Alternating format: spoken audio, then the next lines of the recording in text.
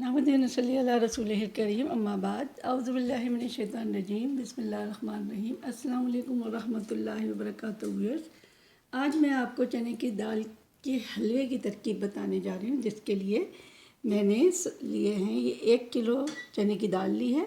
उसके साथ मैंने तकरीबन 1.5 कप चीनी ली है और साथ में मेवाजात लिए हैं, किशमिश, पिस्ता, बादाम और खोया। तो चलिए मैं आपको तरकीब बताती हूँ। सबसे पहले मैं ये दाल को दूध में बॉईल कर लूँगी। तकरीबन 1 गिलास दूध में मैं इसको बॉईल कर लूँगी और उसके बाद फिर मैं इसको ब्लेंडर में डाल के पीस लूँगी। पीसने के बाद फिर मैं आपको बताती हूँ कि मैं क्या करती हूँ। तो आइए चलते हैं, देखते हैं। इसमें 1 गिलास दूध डाल के मैं इसको बॉईल करने के लिए रख देती हूँ। जब ये थोड़े से नरम हो जाएंगे तो फिर मैं इनको पीस लूँ। ब्लेंडर में डाल के और चने की दाल को इस तरह से पीस लिया है। अब हम चलते हैं इस हलवा बनाने। तो चलें देखें हम किस तरह से बनाते हैं।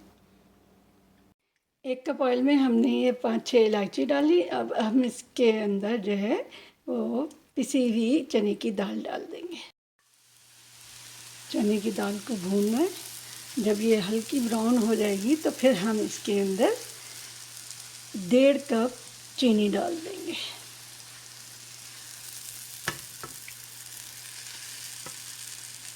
दाल हल्की ब्राउन हो गई है। अब हम इसके अंदर ये चीनी डाल देंगे और फिर चीनी डाल के इसको भूनते रहेंगे। इतना भूनेंगे कि अच्छी तरीके से मिक्स हो जाए और इसके अंदर जो है जब हमारा ऑयल ऊपर आ जाएगा तब ये हलवा तकरीबन तैयार हो जाएगा। चीनी डालने के बाद इसकी भुनाई हो रही है।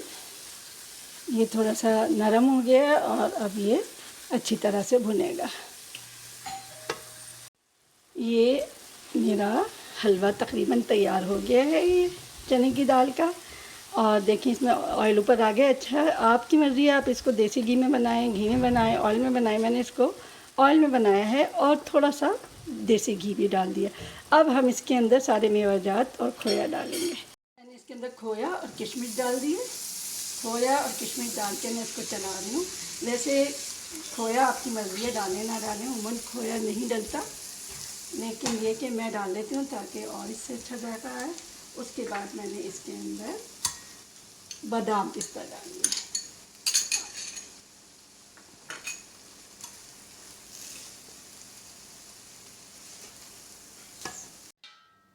ये मैंने अब इसके अंदर थोड़ा सा ऑयल डाल के और इसकी फिल्म बना ली है। अब मैंने जो हलवा तैयार किया है वो मैं इसमें डिश आउट करूँगी।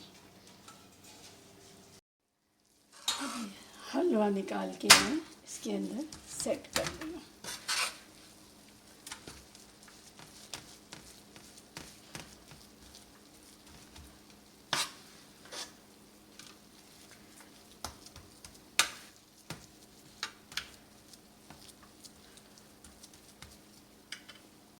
मैं इसमें बाकी बचा हुआ मेवा डाल दिया मैंने और मेवा डाल के इसको मैंने इस तरह से फैला दिया। इसके बाद इसकी मैं पतलियाँ बना दूँगी, पीसेस।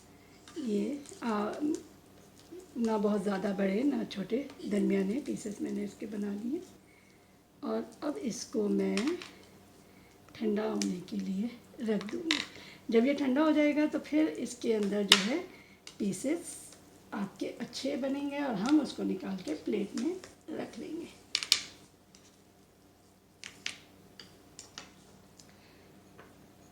हमारी हलवे की कतलियाँ तैयार हैं और ये बहुत मज़े की होती हैं। इसके साथ ही एक छोटी सी बात कि खाना हमेशा हमें, अब वैसे तो ज़ाहिर है हलवा है, हमें बहुत मज़ेदार लगता है और हम चाहते हैं कि खूब खाएं। इसके अलावा जो भी खाना होता है उसकी खुशबू बहुत अच्छी होती है अगर, तो हमारा दिल चाहता है हम ज़्यादा खाएं। लेकिन हुज़ूर सल्लल्लाहु अलैहि वसल्लम की एक हदीस का कमोबेश मफ़हूम है कि खाना हमेशा कभी भी हमें पेट भरकर नहीं खाना चाहिए। जब हम खाना खाएं तो 1/3 खाना हो तो 1/3 पानी और 1/3 हमें हवा के लिए छोड़ना चाहिए ताकि हमारा खाना अच्छी तरह हज़म हो।